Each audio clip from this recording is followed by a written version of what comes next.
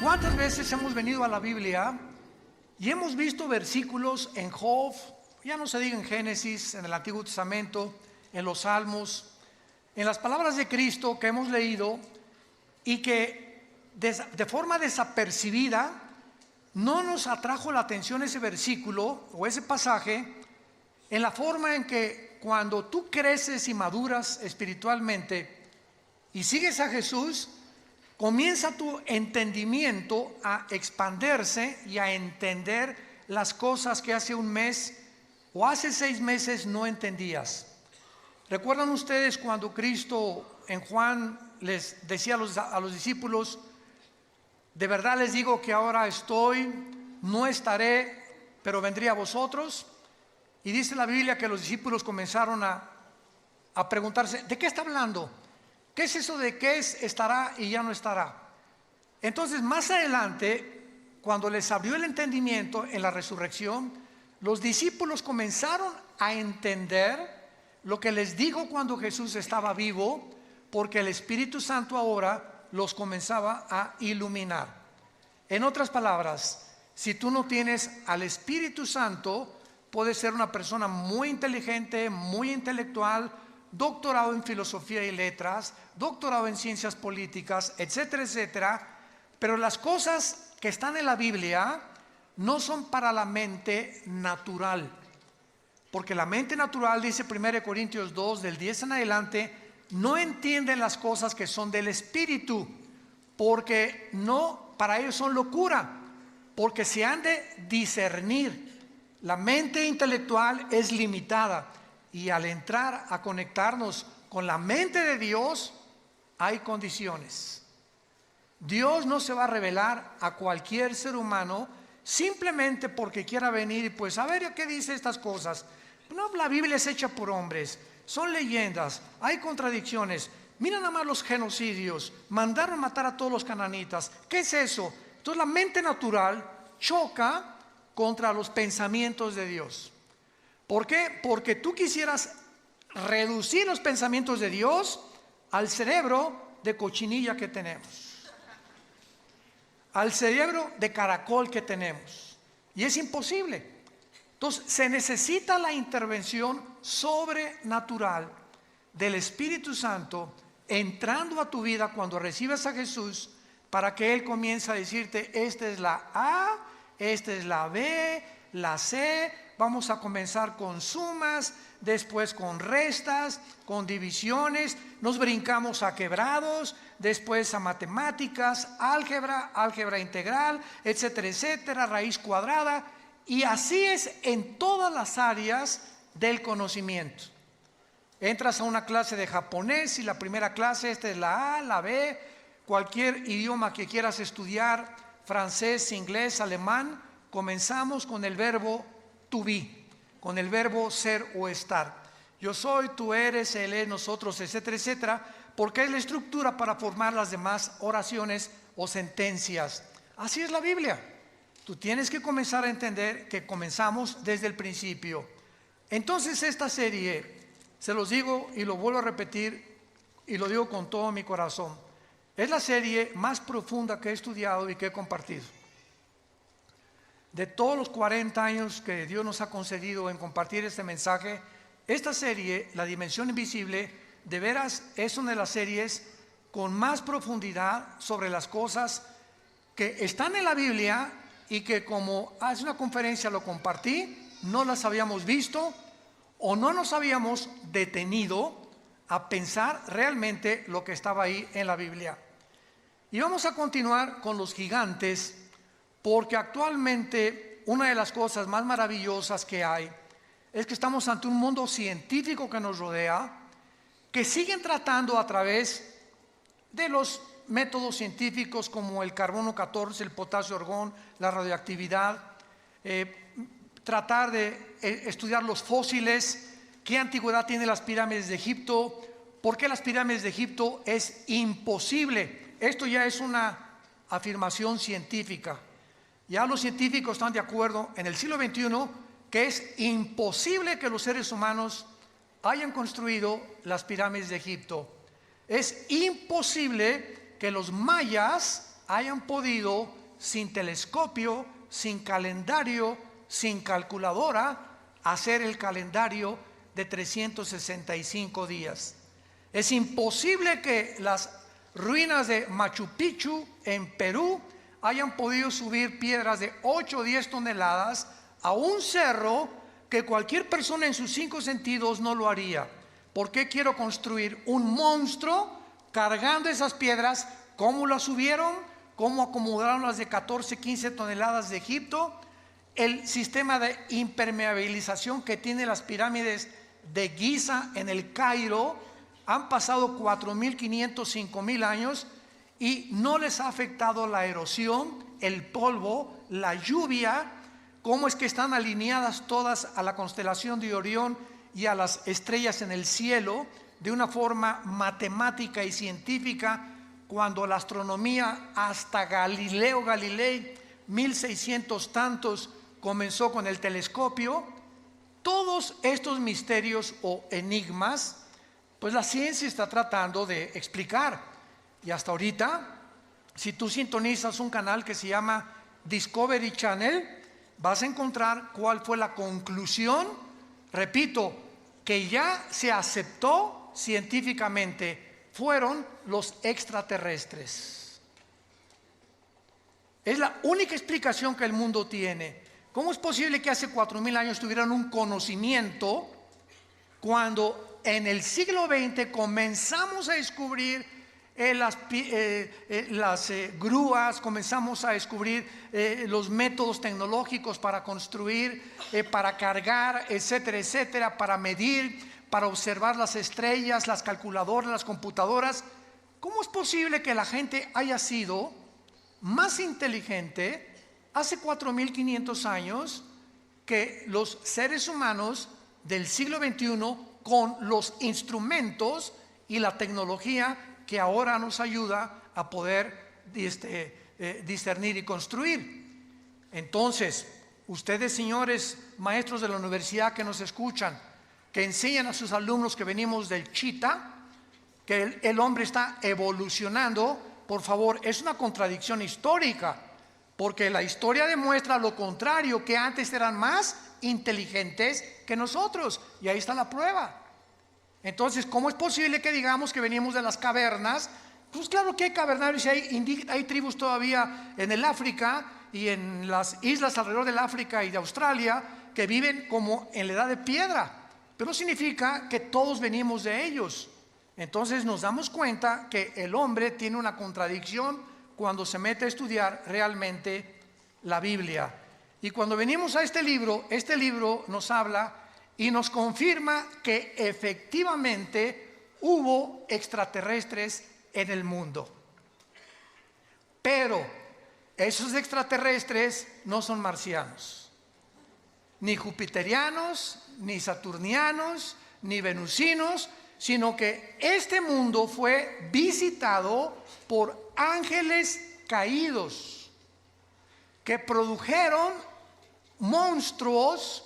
Durante 1000 años este planeta fue habitado por gigantes y se les llama en la Biblia los Nefilim, que significa en el hebreo los caídos, que se encuentran en Génesis 6. Consigan la conferencia anterior, ahí expliqué todo esto. Una mezcla genética entre la semilla de Satanás a través de los ángeles y las mujeres, que la misma Biblia en el libro de Judas, antes del Apocalipsis, nos explica, porque la Biblia no es de interpretación privada, que estos ángeles fueron en pos de vicios, igual que los sodomitas, contra naturaleza. Y entonces, así como Sodoma y Gomorra son conocidas, dos ciudades destruidas por Dios, porque el hombre dejó la hombría, que en lugar de la hombría es ser atraído por una mujer, el hombre comenzó a sentirse atraído por el hombre, las mujeres por las mujeres, y en ese momento el ser humano pierde la brújula y comenzamos a desconectarnos de nuestra realidad. Y si tú como hombre tienes el cromosoma Y que determina el sexo masculino, eres hombre. Y si tienes los cromosomas XX, eres mujer. Entonces, si tú tienes genéticamente un cromosoma que es el que determinó tu género, y tu mente te dice que no eres genéticamente lo que la ciencia y la naturaleza dice, tu vida es una lucha no contra Dios, contra la naturaleza, contra tu propia naturaleza, y claro que consecuentemente contra Dios, porque Él es el que nos creó. Entonces, todos estos conceptos que encontramos en la Biblia, nos damos cuenta también que en Génesis 3, versículo 15, la primera profecía del Mesías, Dios le dice a Satanás: tu semilla tendrá guerra contra la semilla de la mujer. Vemos dos semillas. La semilla de la mujer te herirá la cabeza, y tu semilla hará caer o le quitará el equilibrio a la semilla de la mujer. Esta palabra semilla, a los que les interese, en Génesis 3:15, pon arriba la palabra semilla. Gracias porque trajiste tu Biblia. Te felicito porque eres un estudiante de la Biblia. Entonces, si tú trajiste tu Biblia, rápidamente en Génesis 3:15 ponle a la palabra semilla Sera, con Z, que es la palabra hebrea para esperma. Ya comenzamos, ¿verdad? Hoy, pero lo he visto tantas veces, no me he fijado en eso. Les digo que hay tantas cosas en la Biblia, enigmáticas, misteriosas, que hasta que en 1954, por el amor de Dios, hasta el siglo pasado que se descubre el ADN, el código genético que cada célula de nuestro cuerpo contiene, con toda la información de nosotros, comenzamos a entender lo del esperma y lo de la genética, etcétera, etcétera, lo de la herencia. Y la Biblia se adelantó hace 4.500, 5.000 años para decirnos que Satanás tiene esperma.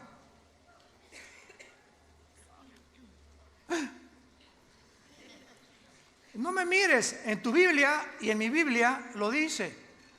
La semilla de Satanás vendría el anticristo, y de la semilla de la mujer vendría el Mesías. Y comenzamos a interrogarnos. Eso es estudiar profundamente la Biblia. A ver, me voy a detener nada más en este versículo. Número 1, dos misterios. 1, la mujer no contiene la semilla. El que trae la semilla somos los varones. El esperma de mi papá ovuló o fertilizó el óvulo de mi mamá cuando se unieron y se produjo un cigote, y en ese cigote, ya lo comentamos, en ese cigote iba los 23 cromosomas de mi papá, los 23 cromosomas de mi mamá, 46 cromosomas que se juntan en un cigote, y en el momento de la fertilización, señores médicos que nos escuchan, no a las 2 semanas, no a las 4 semanas, no al mes, en el momento de la fertilización, la Biblia dice que ahí se forma la vida humana. Ahí estabas potencialmente tú y potencialmente yo. En el momento que se formó el primer embrión, ahí tú y yo éramos seres humanos con toda la información ya completa, potencial, para irse desarrollando. Tú serás pulmón, tu vesícula, tus riñones, tu sistema nervioso, tus nervios ópticos, tu tímpano, tu piel. Impresionante. Toda esa información codificada en un embrión, en una célula. Entonces ya en el 54, mayor parte de los ya casi ateos ya no hay, comenzaron a darse cuenta que era imposible la evolución. La genética contradice, niega, destruye a cualquier persona que continúe tercamente insistiendo que venimos de tus abuelitos los chitas, o de tu padrino el orangután.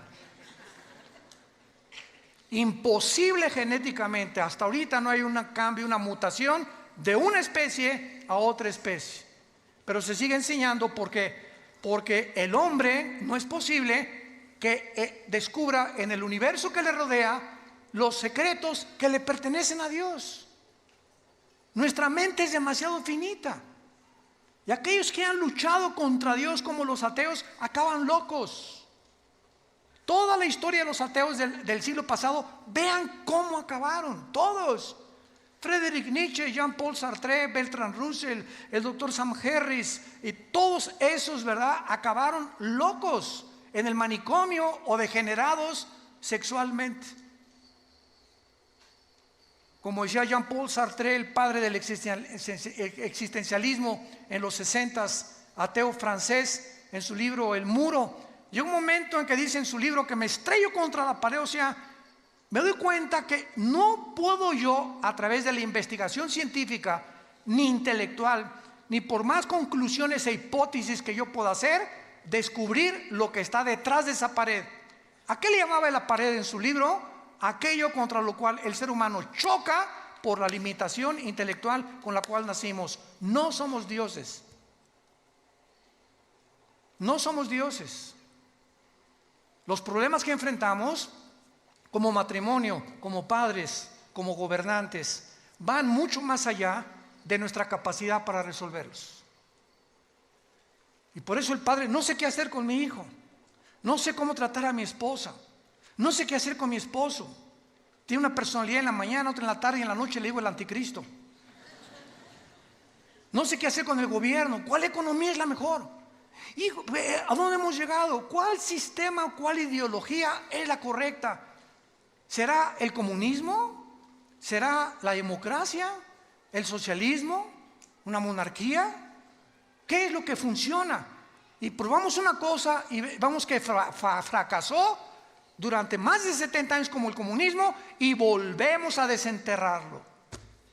¿Por qué? Porque no tenemos respuestas y creemos que regresando a los antiguos patrones vamos a poder a mejorar el patrón, el que ahorita está demostrando que también la democracia no es el sistema perfecto de gobierno. Y el hombre se encuentra en Sudamérica, México, Europa, confundido ideológicamente. Ya la China no es comunista, es comunista, capitalista. Hágame el favor. Jesús, María y José y el burrito que los acompaña. Y el comunismo no es comunismo, ya es socialismo también, o también el comunismo capitalista también. O sea, es una confusión y una mezcla de la ensalada del chef, de filosofías unas con otras, como las religiones. Ahorita religiones que es una mezcla de cristianismo con filosofías orientales y con brujería. Vean nomás qué ensalada, lo que meten en una olla, porque el ser humano sigue buscando la verdad. Aquí está. Yo soy el camino, yo soy la verdad, yo soy la vida, dijo Jesucristo hace 2000 años. ¿Dónde está la luz? En tu luz veremos la luz. Les dejo este manual, seres humanos, para que rijan sus vidas, para que controlen sus vidas, para que informen, para que me busquen con todo el corazón y encontrarás la brújula que necesitas para viajar en la peregrinación tan corta que es la vida humana.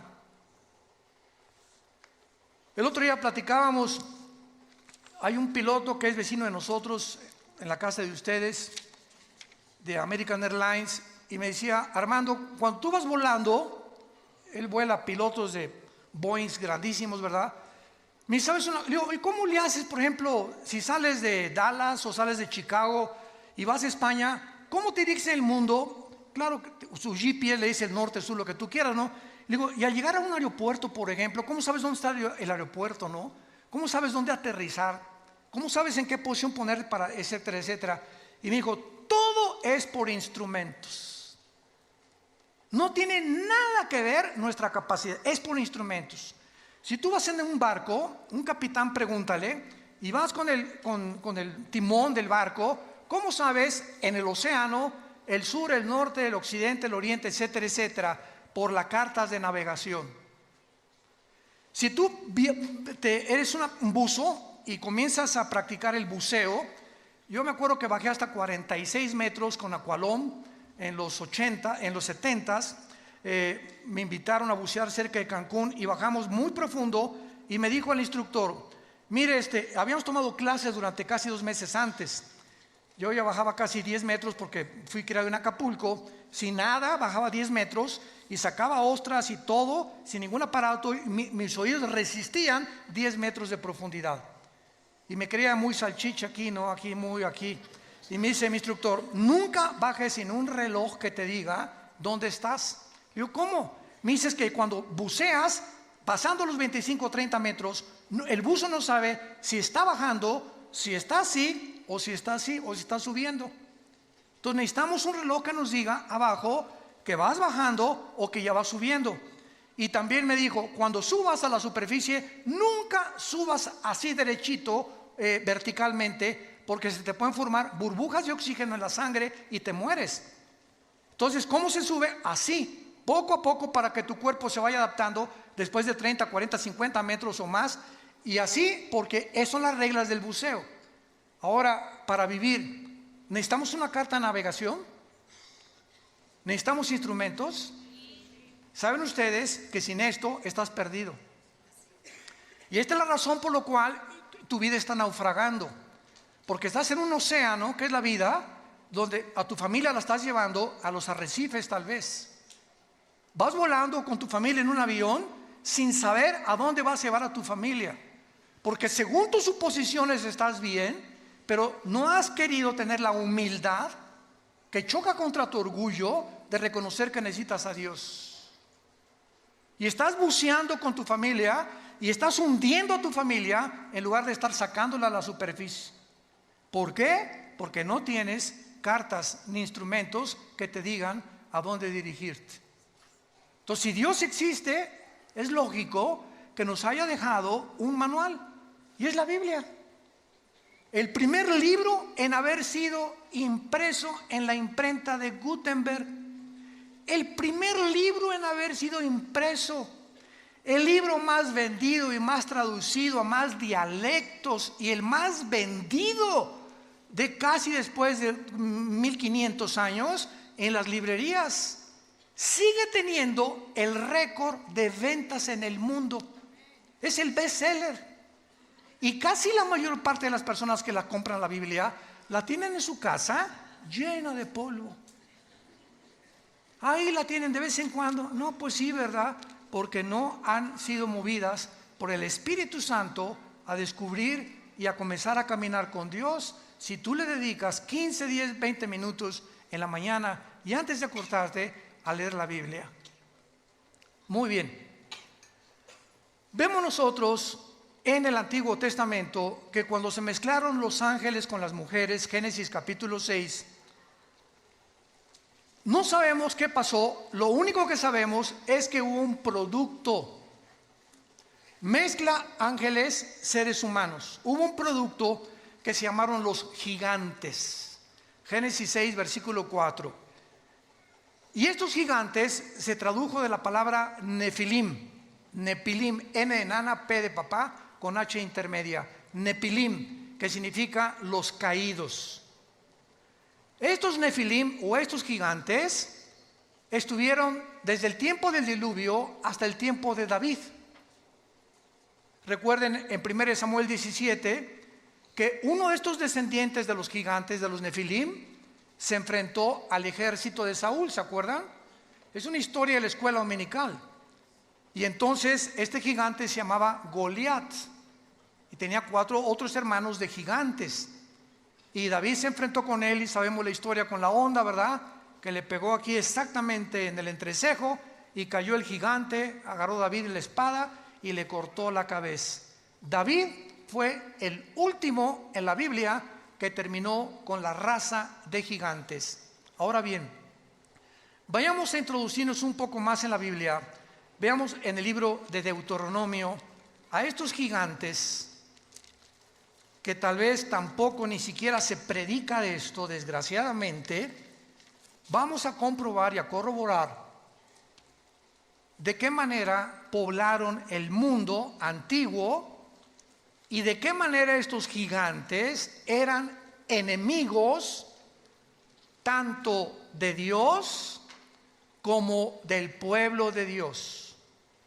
Y estos gigantes también fueron los que impidieron o trataron de impedir que cuando Moisés, Números capítulo 13, envía a los espías, ¿se acuerdan?, a Canaán, se encuentran con estos gigantes en Canaán. Tenían controlado Canaán, que era la tierra que le correspondía al pueblo de Israel, y regresan con Moisés. Moisés no, Canaán está, unos hombres parecíamos langostas comparados con ellos, y solo Josué y Caleb dijeron: oh, el gigante más grande es Dios, y si Dios es nuestro gigante, es más grande que estos gigantes, y podemos entrar a Canaán, que es la mentalidad que el cristiano tiene que tener. Pero vamos a ver algunos pasajes en la Biblia para que hagamos estos descubrimientos maravillosos. En Deuteronomio capítulo 2, versículo 10 y 11, dice así: los emitas habitaron en ella antes, pueblo grande y numeroso, y alto como los hijos de Anac. Por gigantes eran ellos, tenidos también como los hijos de Anac, y los moabitas les llamaban emitas. Vamos a comenzar a descubrir que esa tierra prometida que Dios le dio a Abraham en Génesis 12, para que entraran, la poblaran y se establecieran y criaran a sus hijos ahí, cuando salieron de Egipto y vagaron por el desierto, no pudieron entrar durante 40 años al lugar que Dios les tenía asignado para poder establecerse como el pueblo y poder dispersar el conocimiento de Dios en todas las naciones. Entonces, la tierra de Canaán estaba poblado por puras tribus de gigantes. Y comenzamos a ver que los semitas eran gigantes, y los hijos de Anac o anaseos eran gigantes, y los emitas eran gigantes. Versículo 19 al 21 del mismo capítulo 2 de Deuteronomio. Dice así: y cuando te acerques a los hijos de Amón, aquí estamos, otra tribu que se llama los amonitas, no los molestes ni contiendas con ellos, porque no te daré posesión de la tierra de los hijos de Amón. ¿Cómo? ¿Verdad? Pues a los hijos de Lot la he dado por heredad. Por tierra de gigantes fue también ella tenida. Habitaron en ella gigantes en otro tiempo, a los cuales los amonitas llamaban somsomeos, que significa los monstruos poderosos.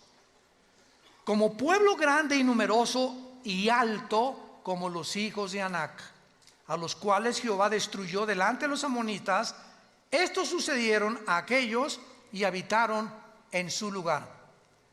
Brinquémonos al libro de los Números, capítulo 13, en la famosa expedición que tuvieron los judíos para asomarse a la tierra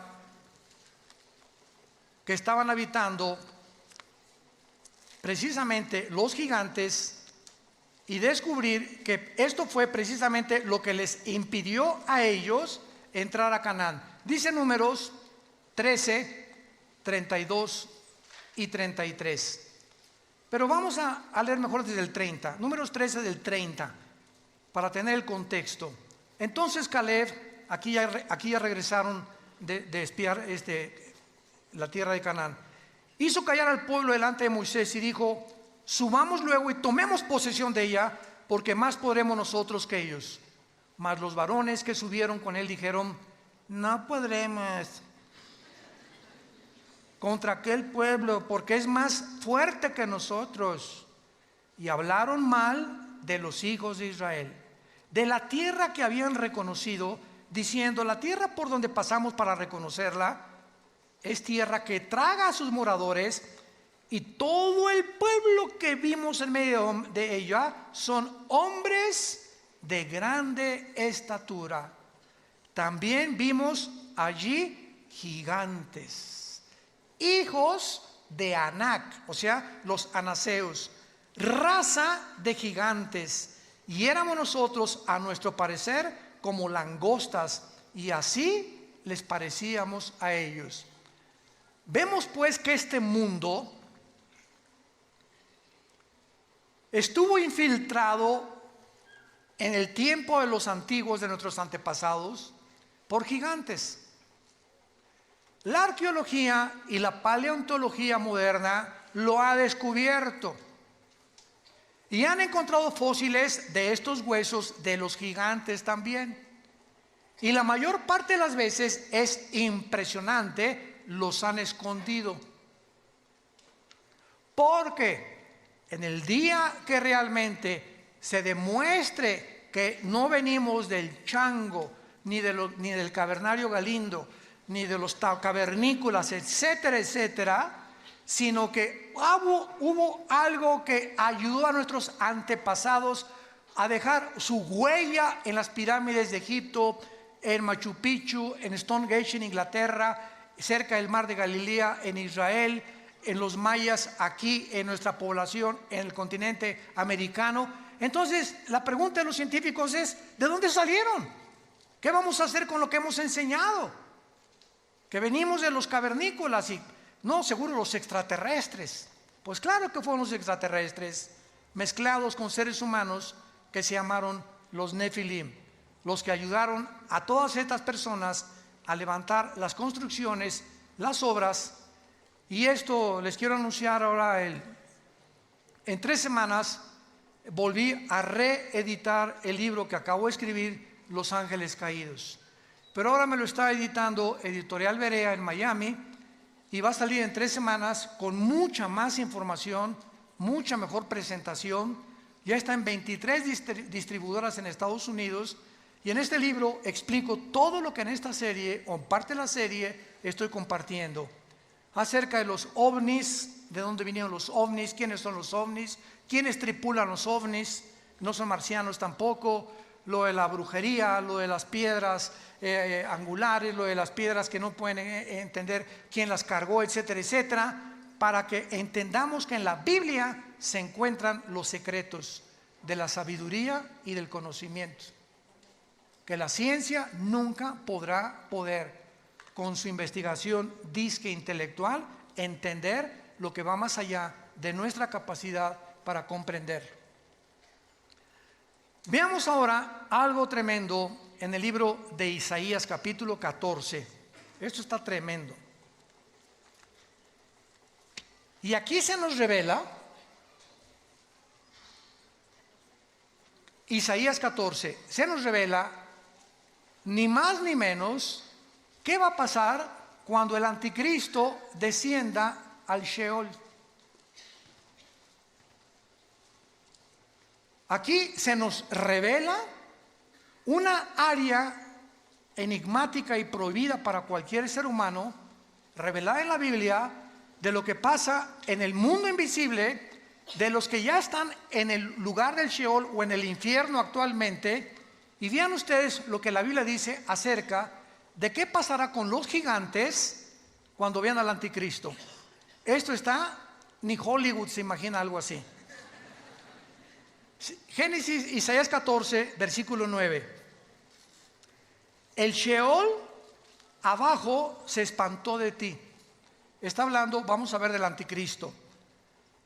Despertó muertos que en tu venida salieran a recibirte. O sea, los habitantes del infierno o del Sheol que estén ahí cuando el anticristo entre se van a espantar, porque tienen mucho conocimiento. Acordemos una cosa: la muerte no es la cesación de la vida. No hay tal cosa como que ya dejamos de existir. La muerte continúa en un estado de nuestra conciencia.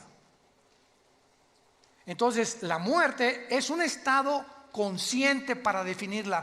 Es un estado consciente en otra dimensión. Y cuando yo digo consciente, es que te vas a acordar quién eres. Y vas a estar en el infierno, y cuando te enterraron, los gusanos se comieron tu cerebro, ¿no es cierto? Se comieron lo que te quedó de tu sangre, tus ojos, en fin, todo. ¿Cómo es posible que en el infierno recuerdes si tu cerebro se lo comieron los gusanos?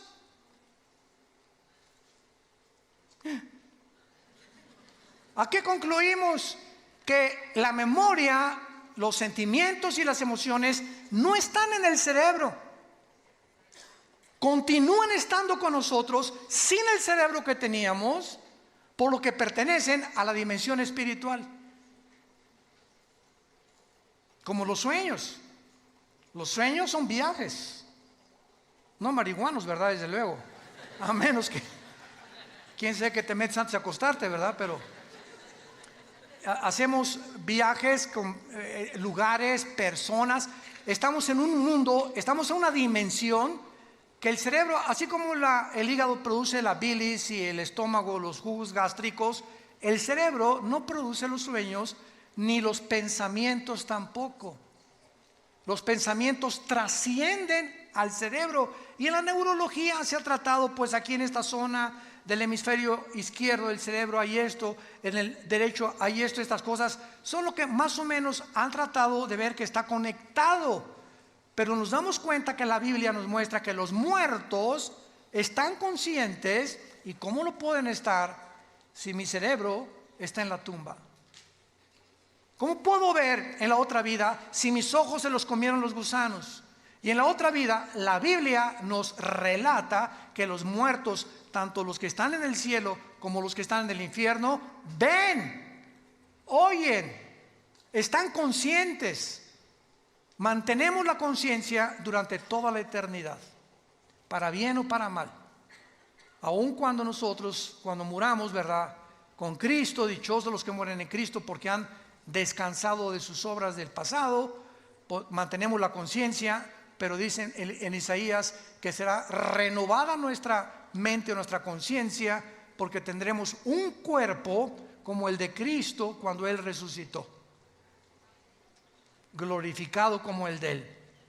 Isaías 14: el Sheol se espantó, despertó muertos que en tu venida salían a recibirte, hizo levantar de sus sillas a los príncipes de la tierra, a todos los príncipes de la tierra y a los reyes de las naciones.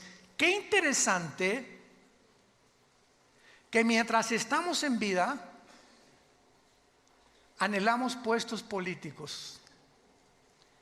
Quisiera yo ser rey. Yo sueño con un príncipe azul. Y ahorita los príncipes azules, como el príncipe Harris y Meghan, huyeron del palacio. No quieren saber nada de la monarquía. No sabes el precio que se paga viviendo en unas condiciones bajo la realeza y los protocolos. Le decían a Meghan: tú no puedes usar zapatos abiertos, tienen que ser cerrados, chiquita. Cuando cruces las piernas, que tu falda llegue 5 pulgadas y no las puedes cruzar. Siempre te tienes que sentar derechita así. Tienes que usar estas cosas, no puedes decir estas cosas. Una serie de mandamientos y cosas que dijo a Dios. Y eso fue lo que le pasó a la mamá del príncipe Harris, a la pobre princesa Diana. También la princesa Diana salió, él como su mamá, imitó a su mamá, salió corriendo del palacio. Y más cuando supo, ¿verdad?, que su esposo con el que se casó ya andaba con otra, ¿verdad? Y se fue a buscar, ¿verdad?, a la pobre princesa Diana, fue con la Madre Teresa, fue con los pobres. Bueno, vemos todas estas cosas. Entonces, qué interesante que encontremos aquí que el Espíritu Santo a los primeros personajes que nos retrata son a los gobernantes y a los reyes. Y nos damos cuenta que al que mucho se le da, mucho se le va a pedir.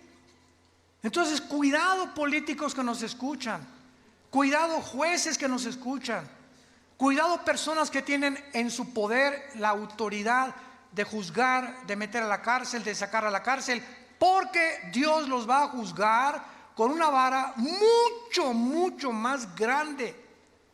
Porque esta autoridad es delegada, no es de ellos, es delegada por Dios. Romanos 13, no hay autoridad más que de parte de Dios, y las que hay por Dios ha sido establecida. De manera que el que resista a la autoridad resiste a Dios. Por eso se nos manda someternos a nuestros gobiernos. Que mi gobierno es comunista, mi gobierno es socialista, mi gobierno es esto, mi gobierno es el otro. Oremos por el gobierno, oremos por nuestros gobernantes. Lo único que va a cambiar es la oración. Nada va a cambiar a México ni a Guatemala, en Estados Unidos, en Inglaterra, más que nuestra vida.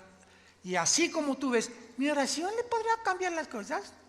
Tan chiquita que soy, tan chiquito que soy, ¿me oirán los ángeles también? No, los ángeles no te están escuchando. Te está escuchando Dios, Jesús y el Espíritu Santo. Y así como estás de chiquita y pareces que no valemos nada, cuando nos hincamos, movemos la geografía cósmica y movemos el cosmos con la oración de un solo santo. Puede mucho, al grado que Elías detuvo la lluvia 3 años y medio. Pero ya no soy Elías, me dicen Pancho. Dice en Santiago capítulo 5, Elías oró y la oración del justo puede mucho. Dándonos un ejemplo nada más, que cuando tomas en serio a Dios, no te imaginas el poder de la oración. No nos imaginamos. Y más cuando oramos todos. Vamos a orar todos diario ahora por nuestro gobierno. Que Dios les dé sabiduría, que México tenga paz.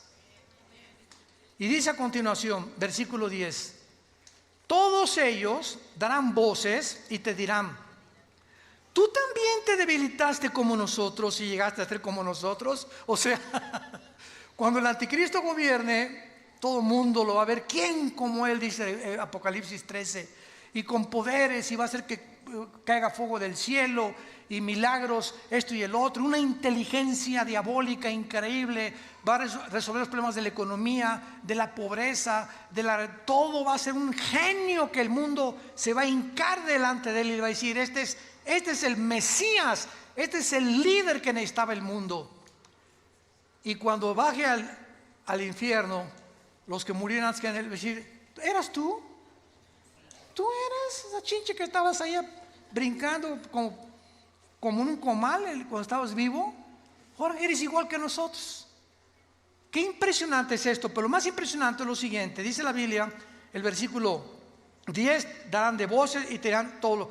Pero la palabra, apunten ustedes por favor, en el versículo 9: el Sheol abajo se espantó de ti, despertó muertos. Esa palabra muertos es la palabra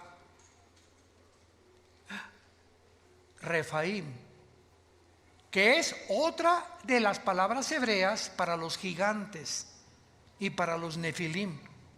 Ahí van a estar los nefilim, o los espíritus de los gigantes, en el infierno, con otros espíritus de seres humanos también. Y vemos nosotros que la Biblia los coloca ahí, porque vamos a ver otro pasaje donde estos gigantes que habitaban la tierra, mezcla híbrida, ángeles humanos, no van a resucitar. Tanto los buenos como los malos vamos a resucitar, ¿correcto? Por más malo que seas, después del milenio, Apocalipsis 20 del 11 al 15, el juicio del gran trono blanco es la resurrección, que es la segunda muerte de los incrédulos. Isaías 26, demos la vuelta a Isaías 26. Dejamos a la Biblia seguir hablando. Génesis 26, Isaías 26, versículo 14. Vean nada más este versículo. Isaías 26, 14. Muertos son, no vivirán. Han fallecido, no resucitarán. A ver, espérenme tantito. Usted oiga, maestro del Instituto Bíblico, maestro de teología, ¿quiénes no van a resucitar? Tanto los buenos como los malos. ¿Quiénes son? ¿Qué género o qué entidad espiritual está mencionando aquí que ellos no van a resucitar? La palabra fallecido y muertos ahí, apúntalo, es la palabra Refaim. Otra vez, los gigantes. Ellos no van a resucitar. Yo vi tantas veces este versículo y así pasa. No lo entiendo, le doy la vuelta a la hoja. Porque es lo mejor que podemos hacer, ¿verdad? Chocamos con tantas cosas en la Biblia que le sigo leyendo mejor. Como cuando comemos pescado, ¿no? Ahí me encanta el guachinango, así me encanta así uno entero, frito al mojo de ajo. Y lo quitas, ¿verdad? Le quitas la cabeza, etcétera, etcétera. Y lo comienza a comer, le quitas el espinazo, la colita la chupas, es rica. Pero vas a encontrar muchas espinas todavía. ¿Y qué haces cuando te encuentras una espina? ¿Ya dejas de comer? No, ¿verdad? Te la quitas y la pones a un lado y te sigues comiendo la carnita. Así es la Biblia. Nos encontramos con tantas espinas que no porque no lo entienda la voy a dejar de leer. Voy a dejarla y voy a seguir comiendo lo que creo que puedo entender. Y tal vez el año que entra, en 2 años, en 5 años vas a entender y regresar a lo que ahorita estamos compartiendo y lo vas a entender. Así es la palabra de Dios. Muy bien. Ahora entonces vemos claramente, ¿verdad?, que durante los días de Moisés y Josué, muere Moisés, Josué se encarga de matar a los gigantes. O sea, todas las guerras de Josué eran contra 7 ciudades cananitas. La primera, acuérdense que fue Jericó, ¿se acuerdan? Que cayeron los muros de Jericó cuando los sacerdotes tocaron los shofares, cuando oyeron tutú, tutú en la 7ª vuelta, se cayeron para que aprendieran que no es con espada ni con ejército, es con el Espíritu de Dios. Que no hay inteligencia ni conocimiento ni sabiduría contra Dios. El caballo se prepara para la batalla, pero Dios te da la victoria. Tú tendrás enemigos y tendrás gente que te quiera hacer mal, etcétera, etcétera. Pero sabes una cosa, detrás de todo hay un mundo espiritual. Y si tú caminas con Jesús, es tuya la victoria.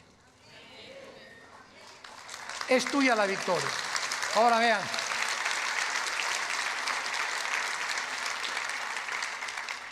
Josué, todo el libro de Josué se trata precisamente de la lucha contra los cananitas.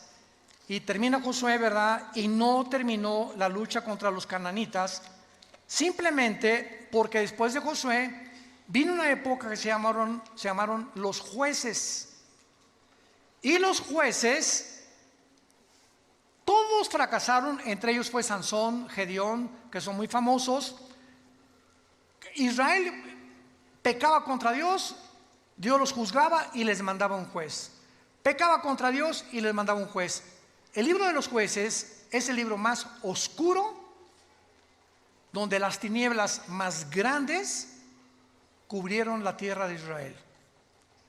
Y entonces después de los jueces, pues ya vinieron, ¿verdad?, el primer rey que Dios les manda a Saúl, que Dios no quería que Saúl fuera rey tampoco. Vino David, que era el ungido de Dios, y después de David vino Salomón. Y fue hasta el reino de David. Vayamos a 2 de Samuel, capítulo 21, y veamos cómo fue David el que acabó con esta raza de gigantes. Por eso se le llama a David el guerrero más grande de la Biblia, a Salomón el hombre más sabio.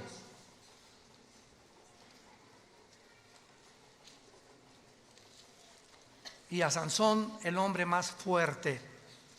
Lo curioso de que el hombre más sabio de la Biblia, Salomón, el guerrero más fuerte de la Biblia, David, y el hombre más fuerte que cargaba una puerta casi de 150 kilos y con una quijada mataba leones, Sansón. Estos 3 hombres los venció una mujer. Con razón tanto feminicidio, ¿verdad? Una sola mujer fue la causa y Dios lo deja. Y lo interesante también es que, ¿se acuerdan quién venció a Sansón, verdad? ¿Sabes qué significa Dalila? La que debilita a los hombres. Cuando un hombre casado, porque David tenía esposa y Salomón tenía, pero bastantitas, etcétera, etcétera, cuando comenzamos a poner nuestros ojos y apartarlos de nuestro matrimonio, no nos imaginamos los hombres casados. ¿Para qué es esta argollita? Cuando tu esposa salga de viaje, asegúrate que la lleva. Esta argollita, cuando vas en el avión, cuando vas a una reunión, un restaurante, cualquier mujer que ve en un hombre esta argollita, a la mujer le dice que estás fuera del mercado. Y si una mujer trata de coquetear con un hombre que trae esta argollita, te estás metiendo en los terrenos de Satanás. coquetear con un hombre casado, no te imaginas, no te la vas a acabar. Y peor el hombre, desde luego, ¿verdad? Pero precisamente esta es la marca que llevamos para de alguna manera estar protegidos, que ya no estamos en el mercado y que el dueño de mi vida, claro que es Dios, pero yo me debo a una sola mujer, ella a mí. Y si nosotros entendamos esto, aunque está fuera del tema, ahorita me está viniendo a la mente, nunca Dios va a bendecir a un hombre así y a otra mujer así. Nunca. La bendición es a los dos.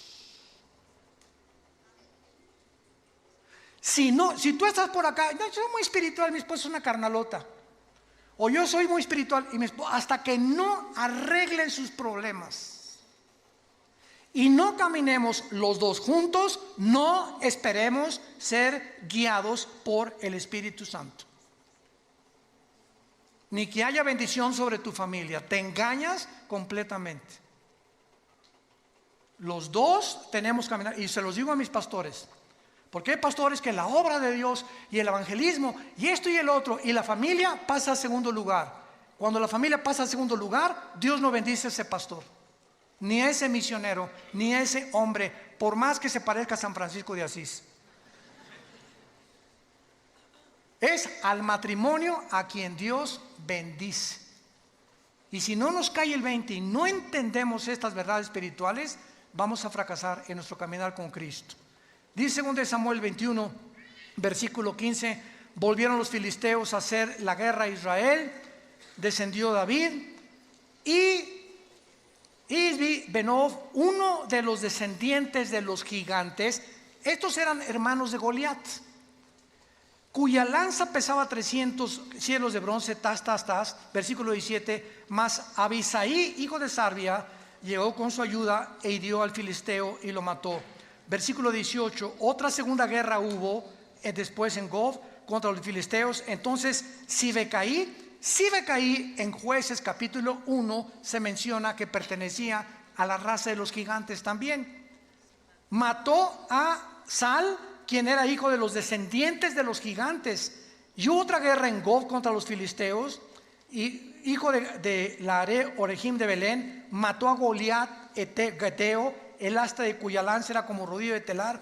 Después hubo otra guerra en Gad, donde había un hombre de gran estatura, el cual tenía 12 dedos en las manos y 12 dedos en los pies, 24 por todos, y era descendientes de los Refaim, o de los Nefilim, o de los gigantes. Este desafió a Israel y lo mató Jonatán, hijo de Simea, hermano de David. Estos 4 gigantes eran descendientes de los gigantes de Gad. Acuérdense que Goliat era de esta tierra, venía de Gad. Si leen 1 Samuel 17, los cuales cayeron por mano de David y por manos de sus siervos. Damas y caballeros, familia de Dios, estamos en una guerra cósmica. Y solamente hasta que tú llegues a tomar en serio las Escrituras, tu familia estará protegida. Tu matrimonio saldrá adelante, tus hijos te lo agradecerán. Si esas condiciones no están en ti, no vas a poder entender la Biblia, porque Dios rechaza a los soberbios y Él tiene comunión con los humildes de corazón.